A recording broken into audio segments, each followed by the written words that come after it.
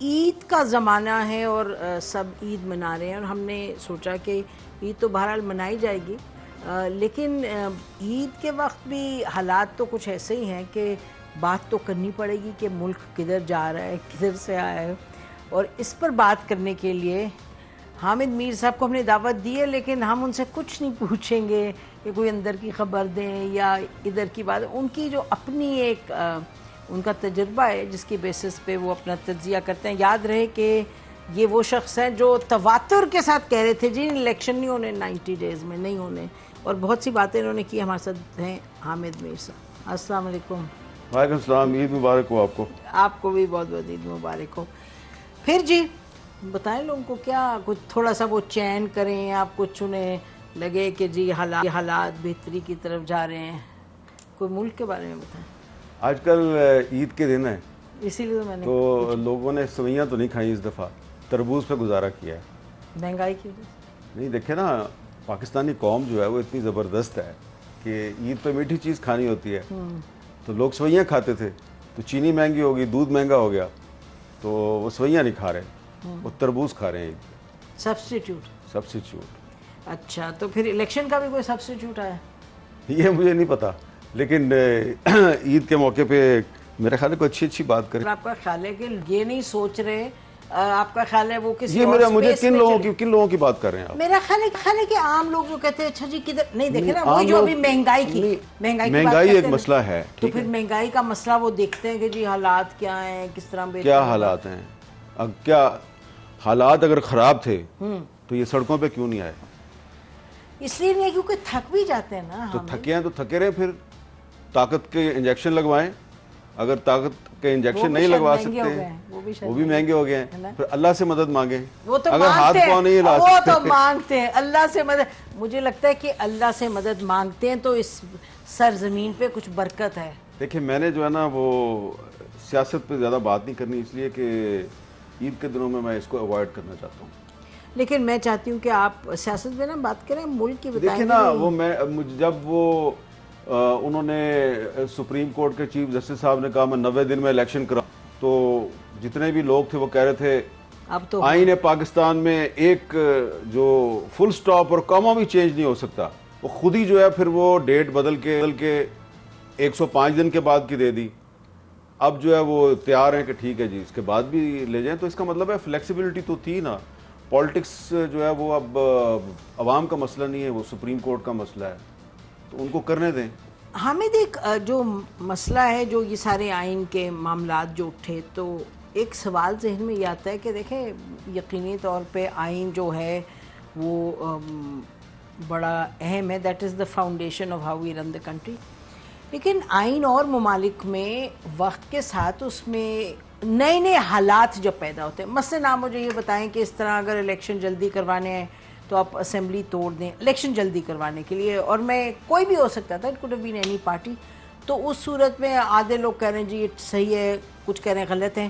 تو کیا پھر آگے جا کے آئین میں کوئی ایسی شکیں ڈالنے کی ضرورت ہے؟ I'm raising a more basic question. اب جیسے 90 ڈیز کا ہے کہ جی 90 دن، لیکن یعنی کہ ہمیں آئین جب پر بات کرتے ہیں تو اس کو بہتری بھی تو آئین میں لانی، اور نئے حالات کے بعد آئین میں تبدیلی آنی چاہیے. نہیں، یہ آئین جو ہے یہ بہت اچھا آئین ہے، ٹھیک ہے. اس میں سے کمپلیکیشنز ڈھونڈتے ہیں وہ لوگ جنہوں نے آئین کو اپنے ذاتی مقاصد یا سیاسی مقاصد کے لیے استعمال کرنا ہے. بڑا سمپل آئین ہے، ٹھیک ہے.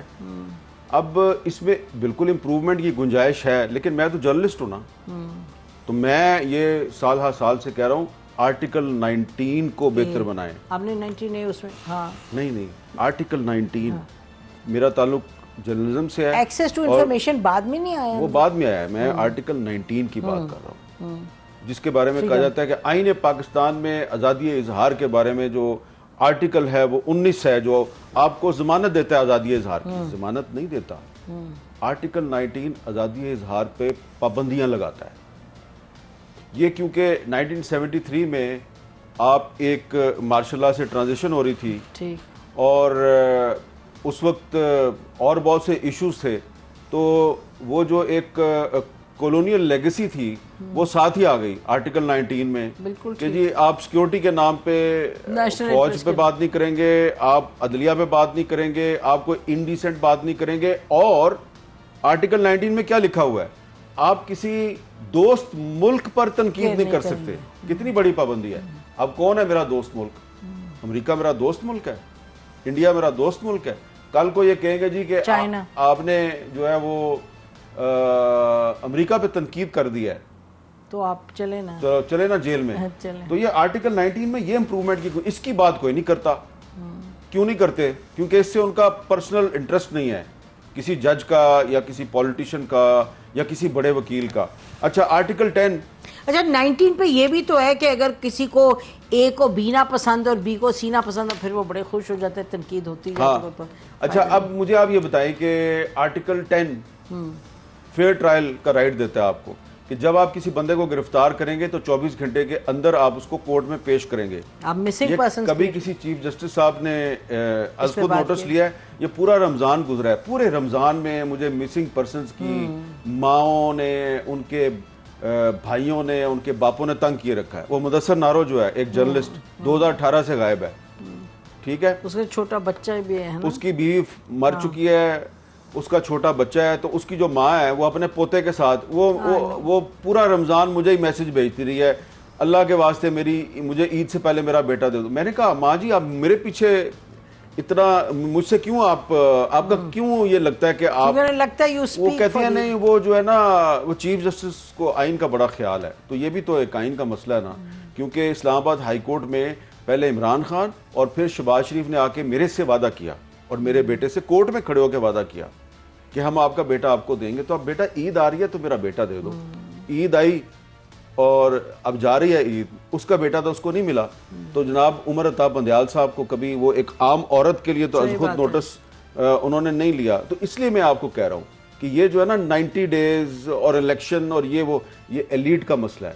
یہ کچھ سپریم کورٹ کے ججز کا, بڑے بڑے پولیٹیشینز کا, بڑے بڑے وکیلوں کا مسئلہ ہے, میرا تو نہیں ہے مسئلہ. ہمیں ملک بھی تو دیکھو نا, ہر چیز مسئلہ مطلب ملک بھی تو چلنا ہے نا, تو دیفور آپ بھی کھڑے ہوتے ہو. تو ملک چل رہا ہے تو آئین سے چلنا ہے نا. تو آئین میں صرف 105 اور 224 آرٹیکل ہے. ہاں ایک پورے پہ فوکس کریں. یہ جو سٹیزن سے زیادہ کوئی اہم ہے 184.3 کیا ہے؟ 184.3 ہے پبلک انٹرسٹ لیٹیگیشن. بالکل. تو مدثر نارو کی ماں کا 184.3 پہ زیادہ حق ہے یا میاں نواز شریف کا جو 3 دفعہ پرائم منسٹر بن چکے ہیں, اب وہ 4تھی دفعہ بھی پرائم منسٹر بننا چاہتے ہیں, اور ان کی خواہش یہ ہے کہ ان کی خاطر پاکستان کی جو پارلیمنٹ ہے وہ سپریم کورٹ کا فیصلہ بدل دے.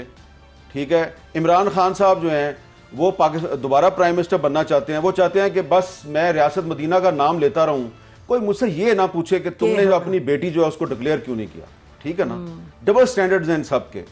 تو یہ امیر لوگ ہیں, ڈبل سٹینڈرڈز ہیں ان کے. میرا مسئلہ مدثر نارو کی ماں ہے, میرا مسئلہ نہ نواز شریف ہے, نہ عمران خان ہے.